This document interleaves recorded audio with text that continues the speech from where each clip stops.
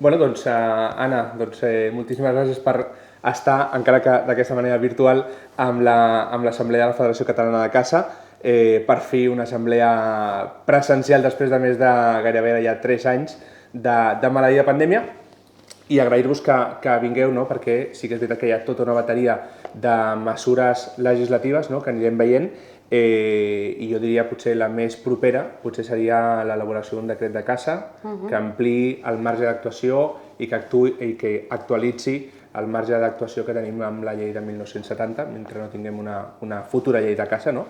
Doncs, ja que estàs aquí, m'agradaria que li expliquis una mica al col·lectiu en què millorarem a través d'un decret de caça, per què servirà i en quins àmbits actuarem.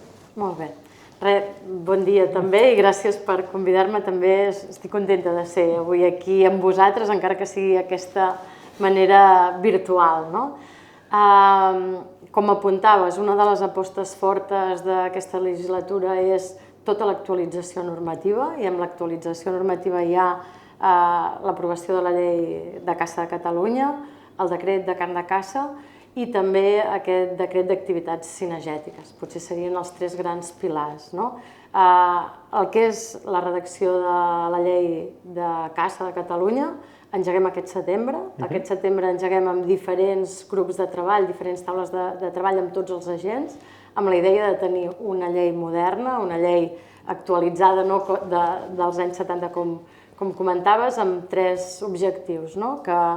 Que la cacera sigui sostenible, que la cacera sigui segura i que reconeixi sobretot aquest servei públic que feu els caçadors. El que passa és que una llei, entre que comences, entra al Parlament, té tot un procés de 2 anys com a mínim. Llavors, davant la necessitat urgent d'actualitzar aquest marc normatiu és en el que plantegem aquest decret d'activitats cinegètiques, una mica amb la voluntat de dir, ostres, tenim una resolució de vedes que hi anem posant un piló de coses que no cal, des de la seguretat, des de les comunicacions, moltíssimes coses, i que el que caldria és regular bé totes aquestes necessitats. També amb la línia aquesta de sostenibilitat, de seguretat i tot el tema de servei públic, que tinguem també les eines de fer-ho tot molt més àgil, perquè també ens passa això, que aquesta normativa amb una visió tan antiga ens fa molt més farragosos tots els procediments. Llavors podem comptar que setembre, de fet al juliol incorporeu bastanta gent al propi departament, amb la qual cosa esperem que també les coses siguin una mica més àgils. Hi ha alguna territorial, i estic pensant ara mateix en Terres de l'Ebre, que està patint, per desgràcia, perquè no hi ha prou gent o perquè hem incorporat gent, gràcies, però que és, clar, porta poc temps i per tant les coses no són tot lo àgils que haurien, però amb aquest paquet que incorporem 12 persones. Sí, nosaltres quan arrenquem l'any passat, just al juny també, aquesta legislatura, el que veiem clar és que tenim un problema a nivell cinegètic de país, un problema sobretot amb el senglar, però també amb moltes altres espècies com el conill o el cabirol, que estan generant molts danys. Llavors, també veiem que a nivell de recursos econòmics tampoc s'ha fet fins ara una aposta forta en temes cinegètics i tampoc en personal. És per això que muntem un pla de xoc que al final és definir quines actuacions volem fer els propers 4 anys, amb temes legislatius, amb temes de cacera i de control de població, amb temes de control o de protecció de conreus i amb temes també a nivell urbà. El que fem és muntem aquest pla de xoc, i aquest pla de xoc que va dotat econòmicament d'11 milions d'euros per fer actuacions i d'un equip de 12 persones que entra a reforçar tant els serveis territorials com la direcció general. Llavors, la veritat, tenim moltes ganes i molta esperança i per això ens veiem amb cor de fer tot això que plantegem i amb què comptem amb vosaltres per fer-ho també. I jo crec que una de les preguntes que tot el col·lectiu es fa, que és veritat que segurament tots hem llegit el titular dels 11 milions d'euros, realment a les societats de caçadors, que és el que tenim aquí, presidents de societats de caçadors, com els afectarà aquesta dotació econòmica? Com a mínim millorarà quelcom en el seu dia a dia, a nivell d'agilitat, entenc que a nivell d'autoritzacions, etc.? Sí, hi ha la part econòmica, Potser el més destacable és la línia d'ajuts de control de poblacions de senglar, també per frenar la PPA. Perfecte. La dotem d'1,5 milions d'euros i destinem una part per posar en valor la captura del senglar, la recollida i transport i la introducció en el sistema alimentari, i també afegim la creació de punts logístics, per posar més en valor aquesta carn de caça. Però, a més, tota aquesta bateria d'accions sobre el territori és molt difícil gestionar-les des de Barcelona. Això s'ha de gestionar des de les territorials i amb vosaltres, i amb tots els agents del territori, amb vosaltres, amb els pagesos, amb qui s'escaigui. Llavors, el que volem treballar és amb taules de cogestió, que les hem batejat així, però al final són taules de treball, que pot ser la taula del senglar a Girona o la taula del conill a Lleida, la taula de la vinya, poden ser diferents taules, on tots plegats definim quines són aquelles millors actuacions més prioritàries per controlar la població, i aquestes actuacions també estan dotades econòmicament, és a dir, cada taula tindrà un pressupost propi, amb la idea aquesta de que arribi tot això directament al territori. I això ho començarem a veure materialitzat? Això ja, la del conill va començar, deu fer 2 mesos, la de la vinya l'arrenquem al setembre, en principi, i també és això, és a dir, d'aquí 10 dies, 15 dies tindrem tot aquest reforç de personal i arrenquem totes aquestes taules. I la subvenció de carn de caça que tenim pendent any 2021, teniu previst quan sortirà? Sí, les bases ja estan a assessoria jurídica i en principi haurien de sortir finals de juny, primers de juliol. Es publicaran les bases i llavors sortirà la convocatòria, que és quan podreu demanar-ho. Hem cregut convenient treure-les a primers de setembre, perquè no ens enganxi l'estiu al mig, que és una mica rotllo. Llavors miraríem a partir de l'11 de setembre que s'obri aquest període per sol·licitar aquests ajuts. I li podem dir a la gent que enguany, a diferència de l'any passat, obrim una mica aquesta subvenció, una mica no, obrim aquesta subvenció a totes les societats de caçadors de Catalunya, reduïm una mica el nombre el cupo mínim de senglars capturats i hi haurà una variació que encara està, suposo que per sortir. Sí, està acabat per decidir, però els canvis importants respecte a l'any passat és això, és que s'obre a tot Catalunya. Sí que és veritat que el percentatge de finançament a les zones prioritàries serà el 100% i a les no prioritàries serà el 80%, però a la pràctica és pràcticament el mateix perquè estem parlant d'imports bastant alts. I els canvis, es seguirà pagant un import per senglar caçat, el que passa és que redueix, em sembla, de l'ordre de 4 o 5 euros, i el que fa és s'incorpora el pagament pel transport. Perfecte. L'any passat... A favor de la càrnica si recull la càrnica, a favor de la societat de caçadors si entrega la societat de caçadors a la càrnica. I es pagarà aquest transport perquè hem vist que era potser la vàlua, el punt crític que ens va passar la temporada passada, que qui recollia i que creiem que és estratègic. Llavors, si ho fa la societat de caçadors, cobrarà el transport la societat de caçadors, si ho fa la càrnica, doncs la càrnica. Llavors també l'import que es dona a la càrnica també redueix una mica, la idea és que es treu de les dues opcions per poder finançar el transport i llavors hi ha tota una línia pels punts logístics.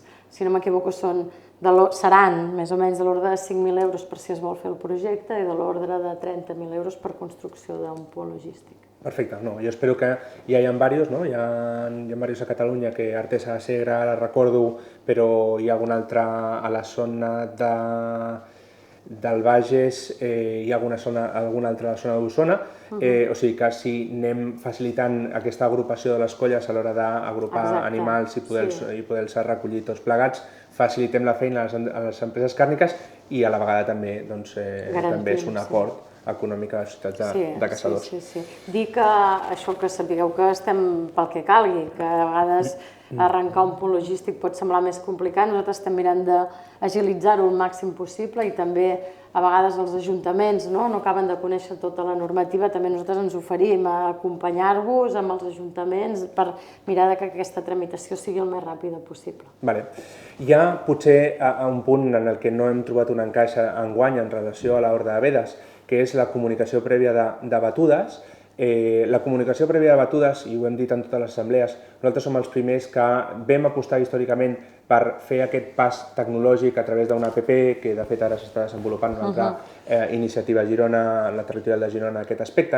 Per tant, estem absolutament a favor de la comunicació de batudes, però ens preocupa seriosament la incertesa jurídica, la responsabilitat que ens pot comportar el fet d'incomplir correctament, ja no dic incomplir absolutament, sinó correctament la notificació de batudes, i que tinguem alguna societat de caçadors que, perquè no ha trobat els senglars, canviï d'àrea i per tant que hi hagi un accident allà i que la mateixa asseguradora en aquest cas no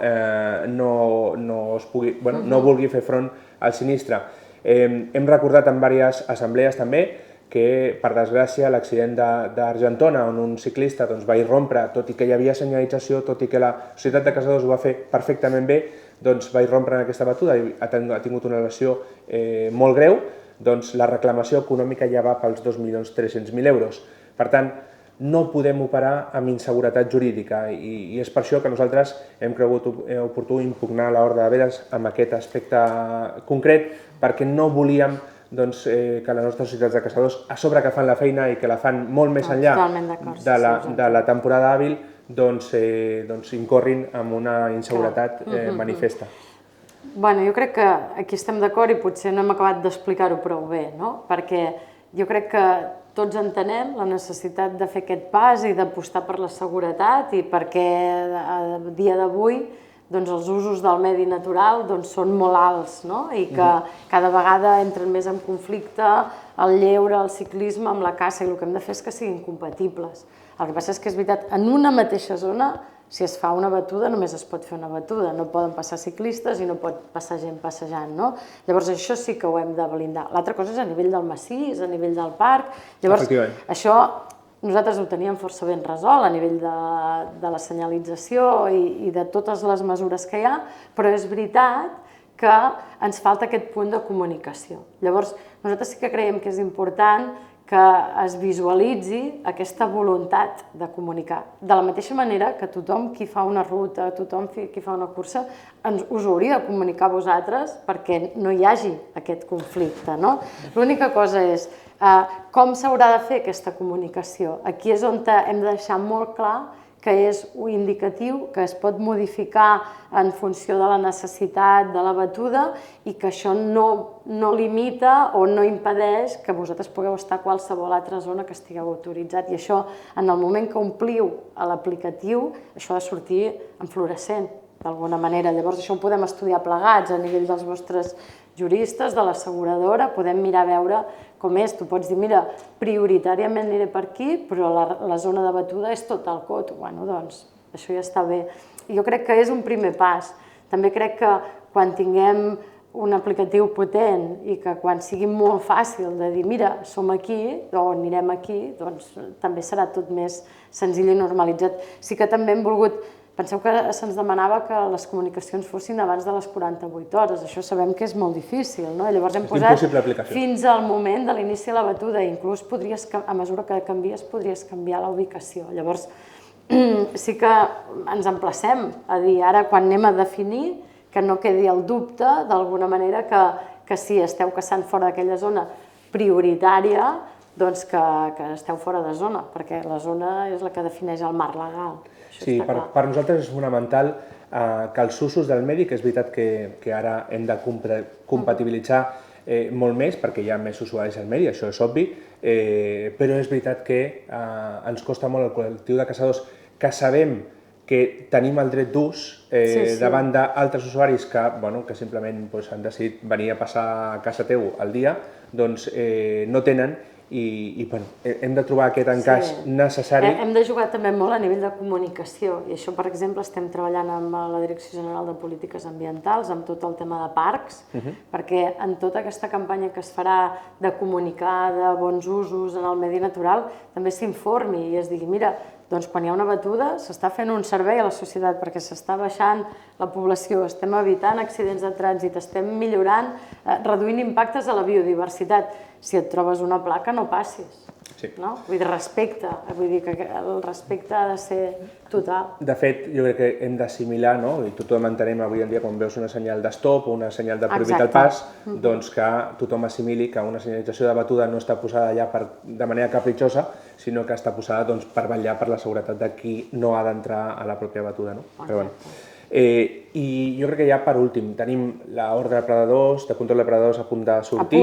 A punt, sí. Què li hem de dir a aquesta gent que li han vençut els carnets? Què li podem dir? Quan podran fer servir el seu carnet que van acreditar? Està assessoria jurídica. Just avui hem fet repàs de totes les actuacions perquè sabia que sí, t'ho preguntaria. Que m'ho demanaries. En principi hauria de ser qüestió de setmanes. Contem a primers del mes que ve hauria d'estar ja a punt. Vinga, seria una molt bona notícia. I finalment hi vam tenir reunió amb tu i davant de tots la veritat és que haig d'agrair la voluntat de la directora doncs un tema que ens afecta molt, no? Que és tot el tema de canilles, de gosseres esportives, no? Que no hi ha, per desgràcia, des de no sé quants anys fa, però des de molts anys que va sortir la normativa, no hi ha la definició a l'ordenament jurídic català del que és una gossera esportiva pròpiament dita i, per tant, estem subjectes a l'arbitrarietat de les sancions de l'expedient sancionador o de la persona que tramet un expedient sancionador en relació amb les canilles, amb les gosseres esportives de caça, quan no tenim el nucli zoològic. Necessitem una solució relativament ràpida, jo crec que amb el Marc Vilaú... Sí, això, com sabeu, no ho regula la nostra Direcció General, sinó que això regula la Direcció General de Polítiques Ambientals dins l'àmbit de la Llei de Protecció dels Animals. El que passa és que ens vam reunir amb ells fa uns dies i van entomar aquesta proposta que fèiem nosaltres. Ara preparem junts una proposta per definir exactament què vol dir aquesta gossera esportiva i van assumir el compromís de presentar la modificació de la llei a final d'any. Amb això treballem. Si poguéssim, una mica l'objectiu, també perquè ho sapigueu tots, és incloure dintre de la llei d'acompanyament de pressupostos, que probablement és la més senzilla a l'hora d'actualitzar-se cada any i per tant poder ficar modificacions que calen, aquesta definició del que és una gossera esportiva i per tant solventar allò que tenim, que moltes gosseres que fa 20 anys estaven a un nucli que estava apartat de la població, avui en dia els nuclis urbans han crescut i molta gent sabem que allà l'Ajuntament ja no ens autoritzarà a tenir gossos i per tant si haguéssim de fer tota aquella inversió de comprar terrenos, de muntar gosseres, doncs pràcticament seria absolutament inviable la caça a Catalunya del porc senglar, del cabirol, en general de la caça major. Per tant sí que és veritat que necessitem una solució ja definitiva, és veritat que els criteris sancionadors van canviar amb l'antic director general, però no sempre s'està respectant i per tal d'operar amb seguretat jurídica necessitaríem aquest canvi i jo des d'aquí traslladar-li la meva gratitud a tu també per defensar-ho en primera persona, que és una necessitat. Bé, Anna, no sé si vols dir alguna cosa més, però jo agrair-te que hagis volgut estar aquí. No, jo agrair-vos també ser aquí i també agrair a tots els caçadors tota la feina que fan, perquè al final és veritat que és un esport, és veritat que ho fem per passar-nos-ho bé, però que... Va molt més enllà. Va molt més enllà i que el servei públic i que l'esforç, totes les batudes que feu al llarg de l'any, els aguaits nocturns, el recollir els senglants, vull dir que tot això és una feinada brutal i que hem de treballar plegats perquè es posi en valor. Moltes gràcies. Ens hi trobaràs. Gràcies a tots.